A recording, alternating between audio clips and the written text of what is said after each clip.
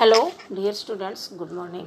बेटा, आपको भरत सर ने ऑडियो क्लिप के द्वारा आपकी समर वेकेशंस के बारे में सारी जानकारी दे दी है। इसके बाद मैं आपको होमवर्क के बारे में थोड़ा सा बता दूं कि किस तरह से आपको 10th क्लास का एसएसटी का होमवर्क कंप्लीट करना है। तो देखिए, सबसे पहले नंबर पे मैंने आपको दिया, आपके विद्यालय में उपयोग किए जा रहे संसाधनों का वर्णन करते हुए एक लिस्ट बनानी है और उसको कैसे संरक्षित कर सकते हैं उसका उपाय दीजिए।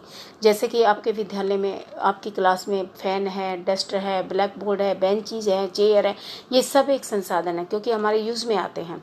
और उनको किस तरह से हम क्षतिग्रस्त होने से, टूट फूट से बचा सकते हैं, उसके उपाय लिखने हैं और उनका क्या फ़ायदा है वो भी लिखना है आपको।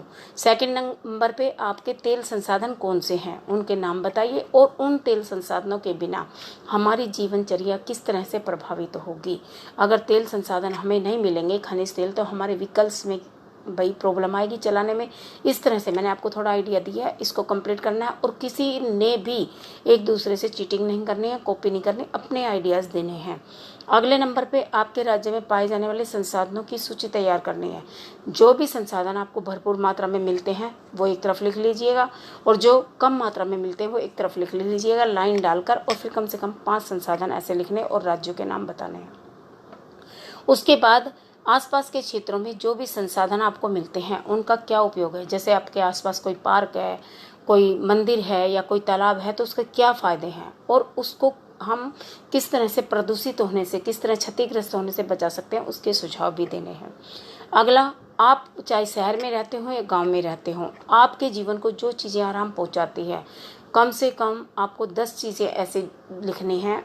जैसे कि आप वस्त्र पहनते हैं, आराम देते हैं, टीवी है, आपको मनोरंजन का साधन प्रदान करते हैं, तो ये किस किस चीज़ से बनते हैं। इसके लिए पहले कच्चा माल लिखना है, कौन सा कहाँ से प्राप्त होता है, फिर उससे कौन सा उत्पाद बनता है और उस चीज़ से हम क्या फ़ायदा ले सकते हैं, वो सारी चीज़ें लिखती हैं। एक एग्जाम्पल जैसे मैंने आपको कपड़ों का बता दूँ, वस्त्र हैं, हमें कृषि से कच्चा माल प्राप्त होता है, कॉटन, उससे हम कपास से क्या क्या बना सकते हैं वो सब चीज़ें लिखते हैं। और फिर उसके बाद आपको उससे क्या यूज हो सकते हैं, आप उसको कहाँ कहाँ उपयोग में ला सकते हैं, ऐसी 10 चीज़ें लिखनी है। ज़्यादा मुश्किल नहीं है, अगर आप ध्यान देंगे तो आपको बिल्कुल समझ आएंगे। सोच सोच के, समझ के और बिल्कुल सही वे में लिखना है। उसके बाद कृषि पर आधारित कच्चे माल का वर्णन करना है जो उद्योगों में काम आते हैं। जैसे वस्त्र के लिए कच्चा माल हमें मिलता है कॉटन, या कीड़ों से हमें मिलता है रेशम, या फिर आप कोई भी चीज़ बनाते हैं जैसे लोहा, इस्पात, इसके लिए आपको कौन सा कच्चा माल है, ये सारी चीज़ें लिखते हुए वर्णन करना है। दिन प्रतिदिन के अनुभव के आधार पर आपने अनुभव किया है कि जल की मात्रा दिन प्रतिदिन कम होती जा रही है, भूमि स्तर जल है वो बिल्कुल नीचे जाता जा रहा है, तो उससे क्या नुकसान हो सकते हैं, किस तरह से हमारी जीवनचर्या प्रभावित हो सकती है, दैनिक कार्य कैसे ठप हो जाते हैं हमारे अगर एक दिन पानी ना आए तो इस तरह से मृदा को कैसे बचा सकते हैं, मृदा के अपरदन से क्या नुकसान हो सकते हैं और उसके संरक्षण करने के उपाय, दोनों चीज़ें लिखनी है। आप चाहे ऊपर पहले जल का लिख लेना, फिर उसको कंप्लीट करने के बाद मृदा का डाल लेना।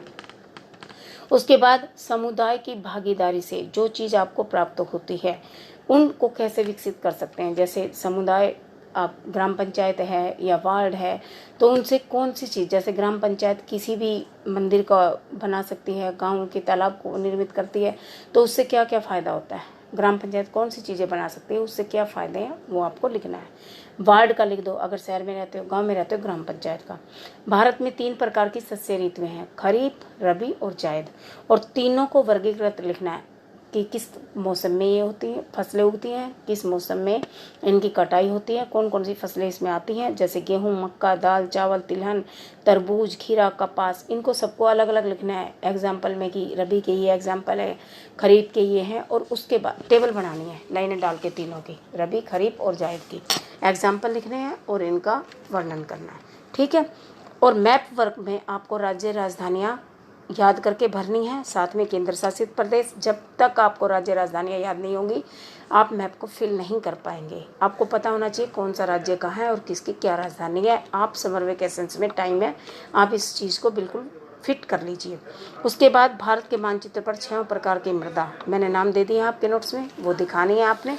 और उसके बाद आपको भारत के मानचित्र पर ही फसलों को दर्शाना है, जैसे चावल, गेहूं, कपास, रबड़, तिलहन, गन्ना, पटसन, चाय, कॉफ़ी आदि। ये क्षेत्र दिखाने की कहाँ कहाँ पर ये ज़्यादा होती हैं। जितना भी रिटर्न वर्क आपको आज तक करवाया जा चुका है सभी को याद करना है। रूटीन बना लीजिए, दिन के 3 या 4 क्वेश्चन आपको लर्न करके लिखने हैं कहीं ना कहीं, तब आपको याद होंगे, ऐसे याद नहीं होंगे। मैप आपको खुला खुला क्लियर भरना है। अगर आप मैप वेस्ट नहीं करना चाहते तो क्लियरली दो दो तीन तीन चीज़ें एक मैप में भर सकते हैं, लेकिन मुझे समझ आनी चाहिए। और खोल कर मैप को भरना है, खोल कर लगाना है। आप कॉपी में फोल्ड करके लगा देते हो, बिल्कुल मत लगाना। खोल के इसको पिन, स्टेपलर पिन से लगाओ या पेस्ट करो, खोल रखना है। ये सारा काम किसी भी प्रोजेक्ट फाइल में या नोटबुक में आप कर सकते हैं। बहुत ही सफाई के साथ काम करना है, विद मैप कंप्लीट काम करना है और सेफ रहते हुए, घर में रहते हुए आपको काम करना है। ज़्यादा इधर उधर नहीं घूमना है।